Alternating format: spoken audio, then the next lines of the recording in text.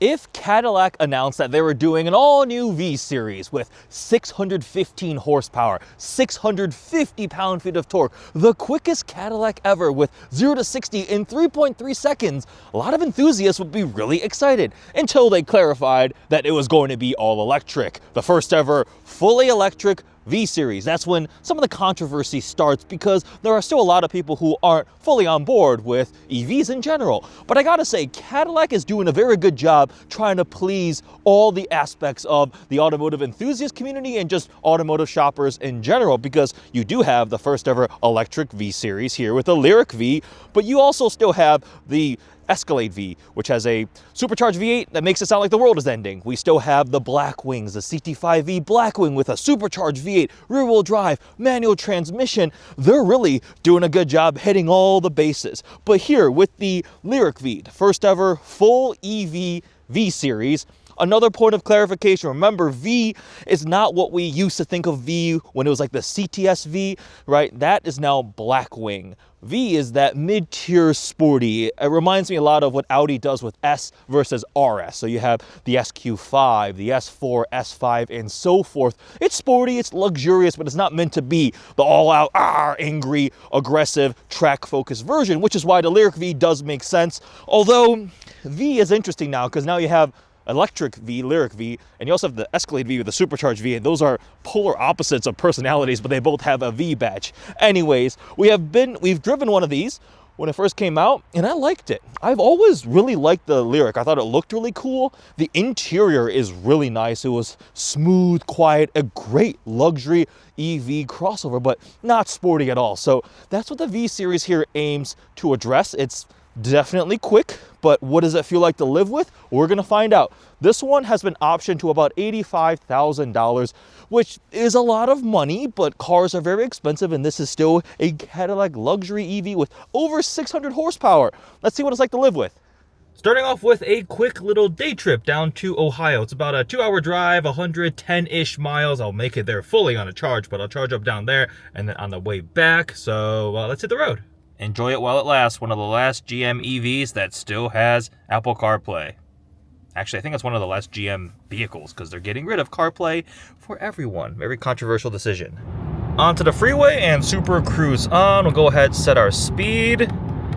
And hands-free. Let's see what kind of miles per kilowatt hour we average on this trip. Now it's very, very cold, 23 degrees Fahrenheit out, and theoretically, we should be arriving with 100 miles of range remaining, 220 miles of range indicated, 120 mile drive, but I can almost guarantee we will not be showing up with 100 miles of range remaining. Well, we definitely did not make it with 100 miles. 30 miles left, 14%. 123 miles driven, 1.7 miles per kilowatt hour, mostly freeway driving, and it's really, really cold and windy, which is not ideal. So I am gonna get my way to a charger, because 14% is not a lot. I'm starting to get a little bit nervous. On a list of the worst places to run out of range in your EV, the middle of nowhere, Ohio is probably really high on that list, because there is just nothing here. Well, that's fitting. It's a GM energy station. Press that, charging door opens. Oh, it's cold. All right, give me some electrons. It's syncing, I can hear the charger making some noises. Look at that charge rate climb. I plugged it in at home in the garage to just a regular wall outlet, and it was 1 mile per hour, so it was very, very slow. I need like a level 2 at home at some point. But this should do some pretty fast charging. All right, let's see, charging. I think peak speeds for this thing is 190 kilowatts, 443 miles per hour, 1:30 p.m. to 100%. It's pretty good. Very conveniently, there is a regular LYRIQ over here, so you can see a little bit of the styling differences. The front fascia, the lower kind of front splitter area is slightly more aggressive on the V, but it's not a massive, massive change from a visual standpoint. You do have the red brake calipers on this one here, which is always a fun, sporty touch. And fun fact, that's what the key fob color is matched to. What has the LYRIQ-V been like to road trip? Well, pretty much just like a regular Cadillac LYRIQ, because I had Super Cruise going for the majority of the drive, just sitting here. It's pretty comfortable, had the massage seats going. I can't really determine how the wind noise was because it is crazy windy out right now, but it drove like a regular Cadillac LYRIQ. Hopefully later this week we get to experience a little bit more of the V aspect of this thing, because this is the first ever electrified Cadillac V Series. I just realized I'm wearing my Cadillac Racing V Series hoodie. That was not intentional. All right, that was $59.12 of charging, 54 minutes, 96.926 kilowatt hours delivered. 61 cents a kilowatt hour. That's pretty pricey. Fast charging is expensive. You'd be better off charging at home on a level 2 charger. It's way cheaper. Well, it's kind of cool seeing the welcome sequence lighting beneath the snow. Ah boy, I'm gonna have the shovel. Another cold and snowy day out in the LYRIQ-V. We're actually heading to Electrify America because I want to put some electrons in the battery pack because I want to play around with launch control, and we're getting a little bit low, under 30%. Now, the range we're getting in the real world when it's this cold out is definitely not anywhere close to the rated number. I think it's like 285, a little bit under 300. I believe they kept the battery pack the same size between this and a regular LYRIQ. So with the higher discharge rate, the power, right, you're gonna get less range, but when it's this cold out, it's even less. And the other factor is you're not gonna run this thing to zero, and you're only supposed to charge to like 80% because it gets so much slower, so you have an even smaller usable window. Again, if I had a charger at home, this would all be way, way easier. And let's see what it's like when you're on low charge. Yeah, definitely not quite as quick, I think. But yeah, okay, yeah, I need to charge this thing up. That was not the V-Series response I have experienced in this thing. For having pretty big wheels and no fancy air suspension, it actually rides pretty comfortably. I think the either Cadillac or the V-Series slogan is isolated precision. So it's supposed to be composed and precise, but still comfortable, right? Isolated from the road, but it's not sloppy. So it's a nice balance, not super hardcore, but also not floaty. Now, again, V-Series, you have some sort of sporty damping, and it's not magnetic ride, which is also interesting because a lot of GM performance products use magnetic ride dampers. This one has CDC, continuous damping control, and there were a couple explanations because I was curious. I was like, why did you guys not put magnetic ride in this thing, because that's usually what you expect in a GM sporty vehicle? And there are a couple reasons they gave. One was suspension geometry, the architecture. Another one is they just said they could hit the targets they wanted from a handling ride standpoint with CDC, so they decided not to do mag ride. Imagine maybe mag ride's more expensive, more complicated, but no magnetic ride in this thing. While we wait for a bit of charging, let's take a quick look at the interior, which honestly is not hugely different from a regular LYRIQ. The V-Series interior treatment is pretty light on this one. The Optic V, the baby brother to the LYRIQ-V, has a much more extensive V treatment with some really cool accents.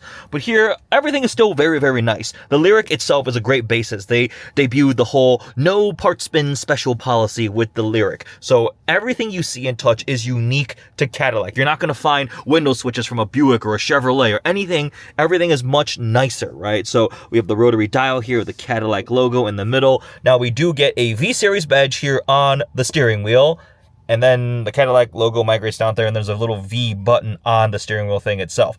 Otherwise, it's pretty much just a really nice LYRIQ on the inside. So the big curved, I think 33-inch LCD screen, and again, this still does have Apple CarPlay, which is nice, right? Enjoy it while it lasts, because it's not going to last. But the built-in Google Maps, I use Google Maps, so it's fine, right? And I can use Spotify natively in the system. Now, obviously, if you don't use Google system stuff, if you're Apple all the way through, it's a little bit more inconvenient, but I believe they said Apple Music is now coming to the Google-based car systems. Now, materials are definitely really nice. I like this black wood trim, and this is like cut out little triangles, and the light will shine through at night with the ambient lighting. We have the 23 speaker AKG sound system, speakers up there all over the car, and it has Dolby Atmos. And then we also have the little storage tray that is actually kind of slow to open right here, and then this big outcropping on the center console. We got the cup holders, wireless phone charger, a couple little hidden USB-C ports. There's one down there too, big storage bin. So really nicely trimmed leather. Interior materials are definitely nice. I like the design. LYRIQ is a nice luxury crossover, panoramic roof up there with lots and lots of ice. But not a huge difference from a V-Series perspective, other than the V-Series you're looking at right in front of your face, and the drive modes are a little bit different, of course. So Tour Sport, Snow Ice, My Mode, V Mode, this is the more competitive stuff, or competitive mode itself, but also you can change these various parameters: suspension, brake feel, acceleration, motor sound, steering, and competitive mode, which when you turn on, lets you do a little bit more tail-happy shenanigans. It gets a little more aggressive. We got to try it out on the press launch of the LYRIQ-V, doing some autocross, and it was pretty fun, actually. When you approach the LYRIQ at night, keys in my pocket, it'll sense my approach, and the welcome sequence will start with the lighting. You also have a little illuminated Cadillac crest down there. That's for where you're supposed to kick your foot for the sensor opening trunk. Go ahead and throw my gym bag in here. Heading out for a little workout tonight. Lighting is really cool. They also have a little bit of illumination here on the reverse hinge door handles. Ooh. There's that interior ambient lighting that shines through the wood trim. That is a really, really cool pattern. And we can change the color. Let me swipe over. We go to ambient lighting. We can do, let's see, customize. Let's do ethereal. So it's got this bluish glow, and then also below. Pretty cool. Oh, even have a little bit around the rotary dial. That's a nice touch.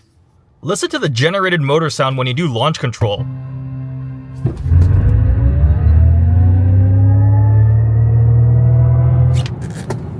I feel like I should have been in a spaceship. That was 0 to 60 in 3.6 seconds, which is pretty good given I am at like 30% charge and it's pretty cold outside. Traction is definitely not ideal. Now let's get the welcome sequence from in front when you approach and unlock the vehicle. First it's the logo, and then that front shield lighting, and then the DRLs have a little bit of animation. Individual little segments kind of drop in, which is pretty cool. No on or off button, but there is the option here to turn the vehicle off if you want to force it off, or here if you want to leave it on, because it'll auto turn off if you put it in park and get out, right? Or you can manually turn it off. So if you use the screen for that, there's no like start stop button. In normal usage, you just get in and put your foot on the brake and you're good to go. Let me take you on a quick tour of the LYRIQ-V design. It's not hugely different from the regular LYRIQ. The front fascia does get a slight redesign to be a bit more sporty. You see the lower kind of splitter area has an additional piece there, but it's largely the same as the regular LYRIQ. You have the same lighting signature with the really cool welcome sequence animation, and then the illumination in the front shield grille area with this really cool pattern and the illuminated Cadillac crest. We do get 22-inch wheels, which are pretty cool. It's got a V-Series logo right there and the red brake caliper and some expertly packed in snow in the wheel wells. Coming around side, we've got the flush door handles that'll reverse hinge pop out, and then a V-Series badge here on the side. And I really like the kind of hockey stick shape taillights here. Same thing, welcome sequence out back. Pretty subtle spoilers here. You do get a V-Series badge there. Instead, on the regular LYRIQs, it shows like 600 E4 for the torque output in Newton meters. I think that's how they use the hierarchy now for Cadillacs, and E4 means all-wheel drive, or you have the rear-wheel drive one. Instead, you get the V-Series, which are all-wheel drive, the LYRIQ badge right here. Remember, IQ is the Cadillac EV nomenclature, so Optic, LYRIQ, Celestiq, Escalade, IQ. That one kind of breaks it because Escalade Dick sounds funny. A little subtle diffuser there, not really that much. I think from a visual standpoint, the Optic V is a more like sporty overall look. This one's got just some minor touches, but I still think overall it's a really good looking crossover with a couple of those subtle V touches. Also, this one is not a crazy high spec because you can add an optional carbon fiber package, which is like $5,000 something, and then there's like some accent packages. You can option one of these things to $100,000. This one here at 85 grand is actually kind of just a mid-level spec. So it's definitely quick, off the line, dual motor, all-wheel drive, all that torque. We're currently at, let's see, what percentage charge? About 50% charge. But this thing, how does it feel? What are my thoughts on living with the LYRIQ-V? I like it. It delivers all the things that I like about the regular LYRIQ, obviously, and just adds a little layer of sportiness on top, which is very interesting because, you know, intrinsically, an EV typically steps up sportiness, even in like a regular vehicle compared to like a normal gas-powered little crossover or something, because you get that instant torque. Horsepower and torque are a bit easier to deliver. It's smooth, it's quick, lower center of gravity as long as the weight doesn't get too much. So the regular GM EVs, whether it's Equinox Blazer or the regular LYRIQ, they don't lean sporty at all. It's almost as if they're waiting for this V series to be like, okay, now it's that kind of sporty EV experience you kind of expect. And it does deliver more of that. Now, this week wasn't doing any like crazy dynamic driving, just literally living with it. We're on some nice curvy roads when I first drove this thing, and the impressions continue. Just, you can dial up into a bit sporty in V mode. That's when you get all the power. You can tune all these things, steering, your suspension, brake feel, acceleration, motor sound.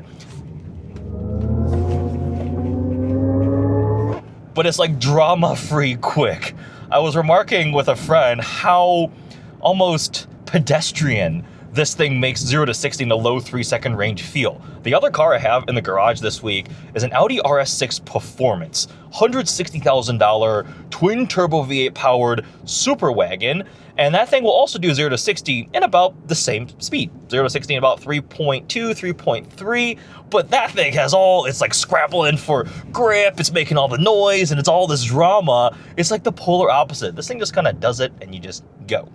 Now, the price point. This one as $85,000 as optioned is actually, again, not the top loaded model. You can do exterior carbon. There's some like accenting and various different things that you can add on to get this thing to $100,000.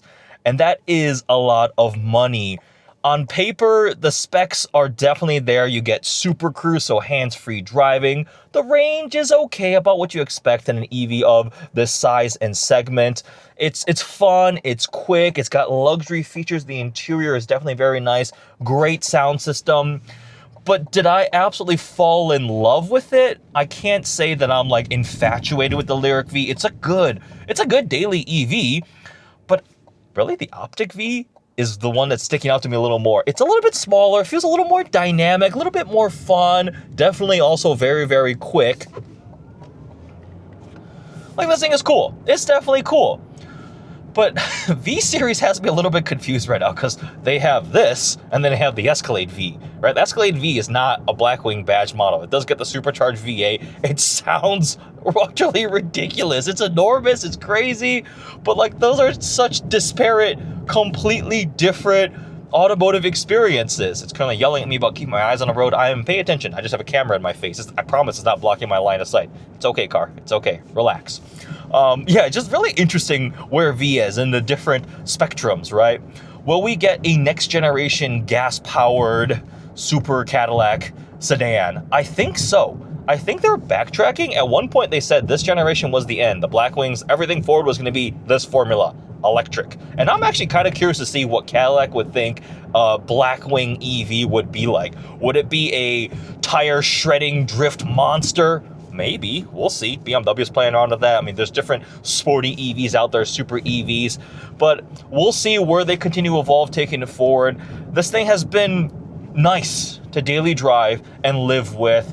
I wish I had charging at home, so that just removed that whole, that's a weird variable of my situation. If you own one of these, I would highly recommend get the GM home charger. Level 2 charging, you'll probably get your full battery overnight. Essentially, you're leaving home every single day with a full tank of gas. The interior is still really nice, just not as over the top in your face with the sporty touches, but that's okay. The dynamics are good. It can be comfortable. It was pretty good for road tripping. Super Cruise is still fantabulous. And this one still has CarPlay, so thumbs up there. I know that is a big problem for a lot of people when they're shopping for a GM EV. They go, ooh, no CarPlay. This one still has it. I can prove it right there. Ta-da!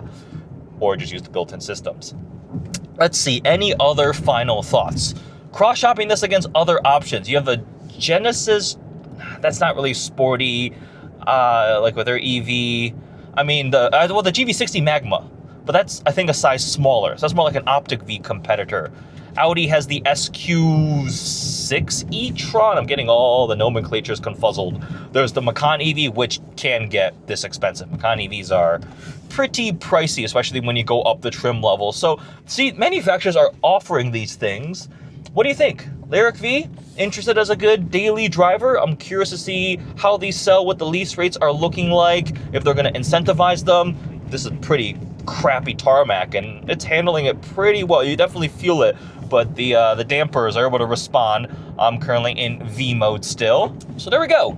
Spending some time living with the Cadillac LYRIQ-V. If I'm buying a Cadillac right now, it'll still be an Escalade V or a CT5V Blackwing. Those are kind of my two choices in the lineup. But this is a good option if you don't need to drive very far, you know, around town commute. You want that luxury, but you want a little bit of that sportiness sprinkled on top.